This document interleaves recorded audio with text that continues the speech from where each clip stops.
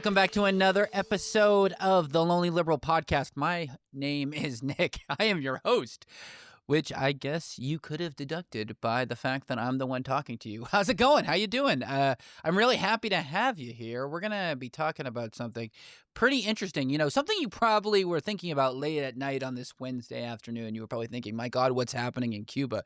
Or maybe not, but maybe you should be. And I swear to God, I know these Wednesday shows tend to be pretty intense, but we're going to start filtering in some happier things. Or at least an episode about Pokemon cards or something, because my God, these are pretty depressing. And I'm not going to lie to you folks, this one about Cuba ain't pretty. I mean, for those who don't know, I mean, Cuba has basically collapsed, particularly its national power grid.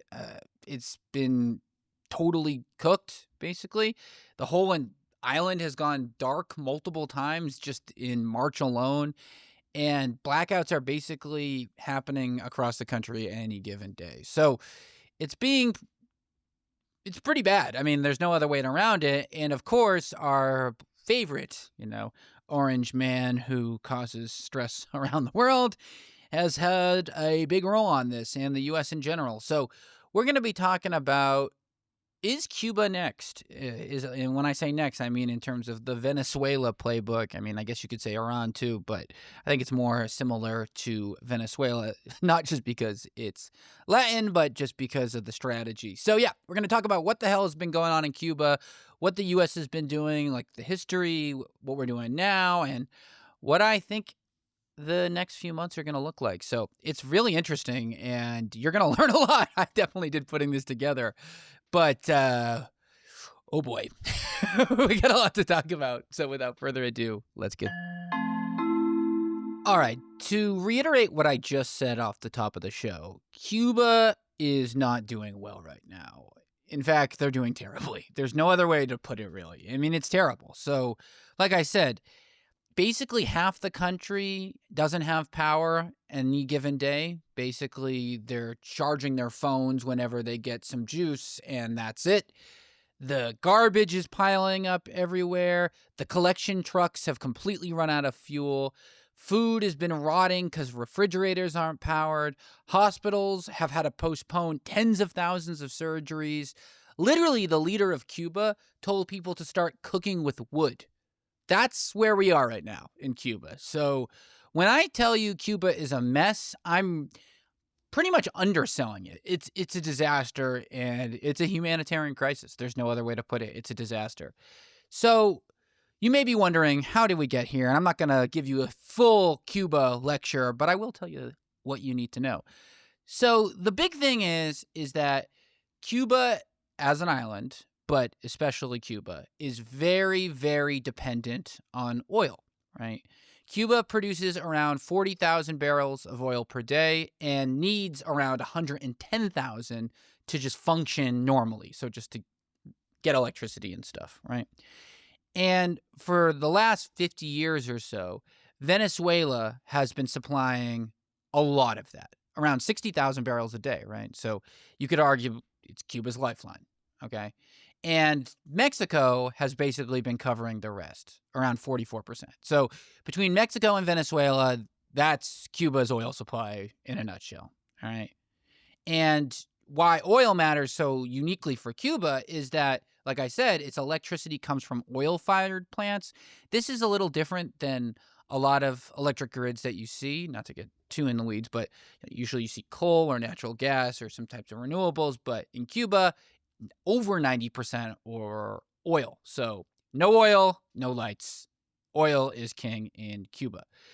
And basically since the 1960s, the U.S. has maintained some version of an economic embargo on Cuba, right? One of the longest in modern history. What is an economic embargo? Basically just preventing trade and other countries from performing trade for various goods, okay? And this has basically happened since the 60s, and Obama in 2014 started to undo this a little bit. He opened the diplomatic ties, eased some of the restrictions, stuff of this. This was pretty rare. You may remember this. It was people were going to Cuba because, as you know, Americans don't go to Cuba because of the restrictions and stuff like that. And, of course, Trump reversed all of that in his first term.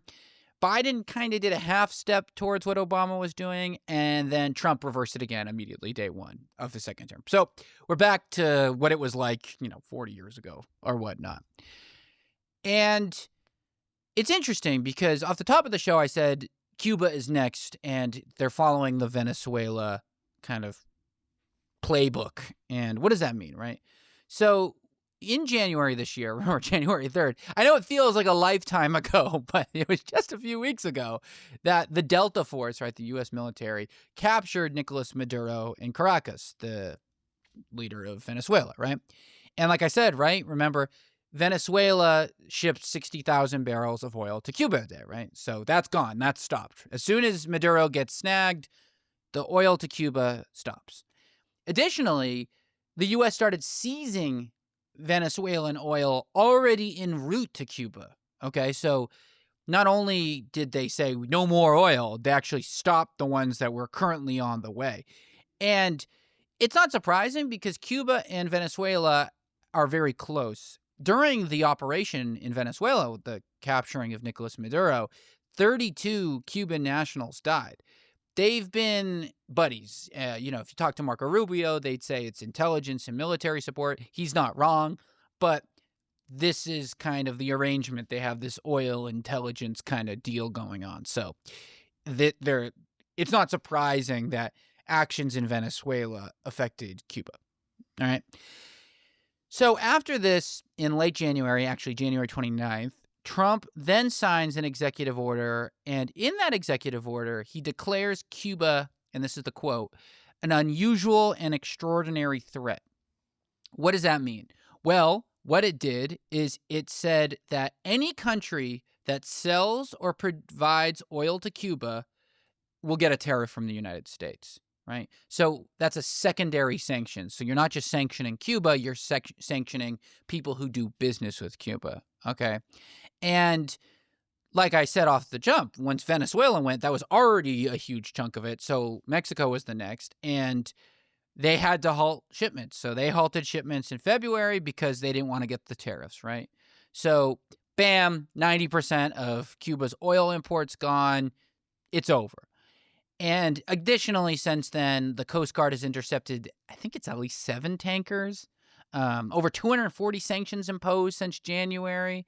And by January 2026, oil imports to Cuba hit zero for the first time since 2015. Remember, 90% of their electricity comes from this oil. So what you effectively have here is a squeeze, right? Like a boa constrictor sucking the life out of a country in a way. Or in the case of the boa, it would be of some sort of deer, some sort of tropical thing. I'm laughing because you have to. This isn't funny, obviously. You just laugh at the insanity, or I'd just be sobbing on air, and this would already be more depressing. And of course, once he's suffocated it, this is usually when Trump begins his attacks, right? His aggressive rhetoric. You hear Trump calling Cuba a disaster, a failed country, and obviously, as if the U.S. didn't literally cause this, right? I mean, come on. And he keeps saying the phrase, Cuba is next, right? That's why it's in the title. That's why I don't feel weird saying it, right?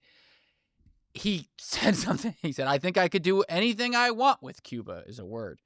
And this isn't out of nowhere, right? We all know, at least people have been following it. And if you don't, you're about to know. Yeah.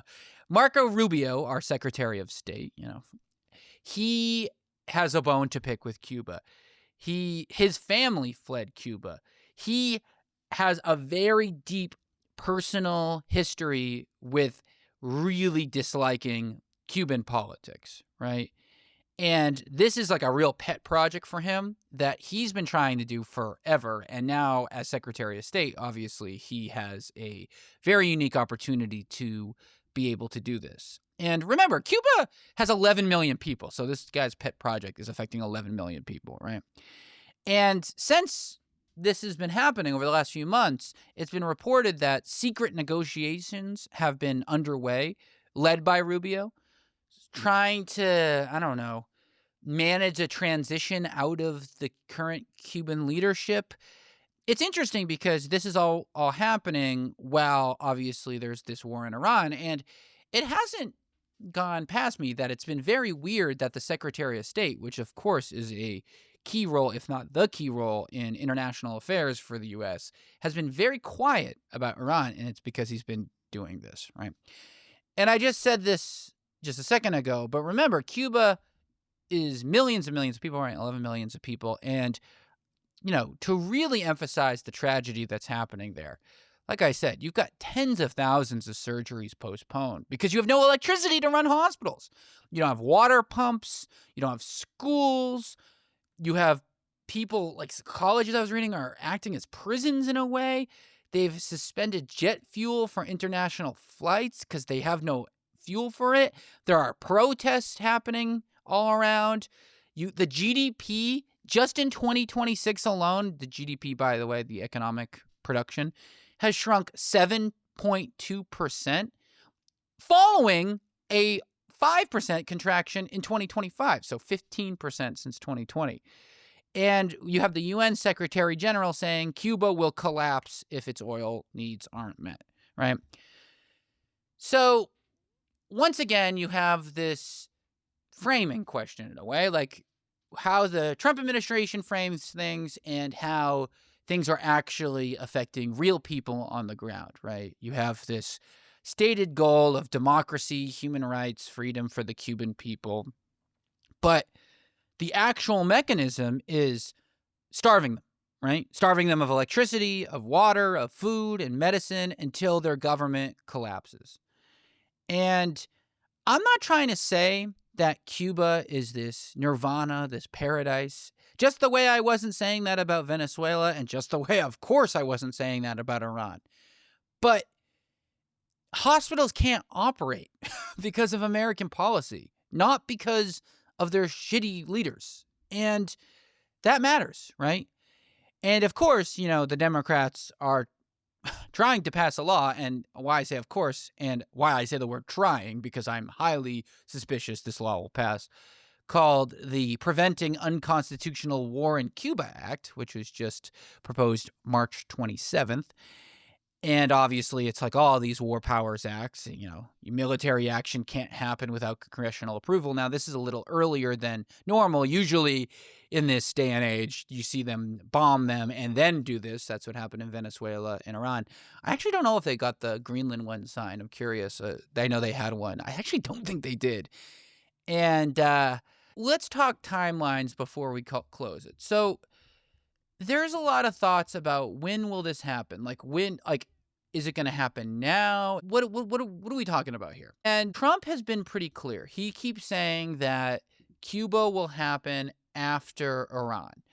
But what does that mean, right? I mean, we were told Iran was going to be 4 to 6 weeks. I mean, well, we're on week 5 and I haven't heard anything. Literally just tonight, Trump gave a primetime address saying that we were going to hit Iran hard and it will be done in a few weeks. But I'll tell you, folks, I don't buy it whatsoever. He's been saying a few more weeks since the jump. I mean, and let's be real, Iran still has the Strait of Hormuz closed, and they've said we're not going to do a ceasefire until it's open. So I don't know why they would open it, given the fact that they're killing people, like we're killing them and saying we're negotiating with them, and Iran saying no one's negotiating with us and also shooting rockets, right? So, again, what does this mean for Cuba? If Iran drags on, probably Trump doesn't have the bandwidth or political capital for another major confrontation. I know that's famous last words, right? I know he's an idiot. I mean, my God, this dude has very, very little military chops. But if you think about it like this, right, the Pentagon just had to ask for $200 billion for the Iran war.